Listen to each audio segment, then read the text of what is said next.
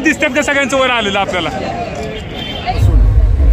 प्रचंड मोठ्या उत्साहानं, प्रचंड मोठ्या आनंदानं सातारा जिल्ह्याची जनता स्वागत करते आणि मला मनापासून आनंद आहे की एवढ्या मोठ्या प्रमाणात या जनतेनं माझं स्वागत केलेलं आहे।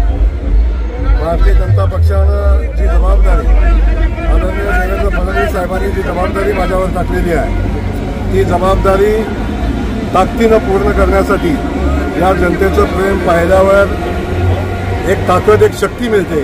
ती शक्ती आज साताऱ्यामध्ये आल्यानंतर, खास करून महाराजांचं दर्शन घेतल्यानंतर ती ताकद माझ्यामध्ये नक्की उपलब्ध होईल अशा पद्धतीच्या भावना या निमित्तानं होतात।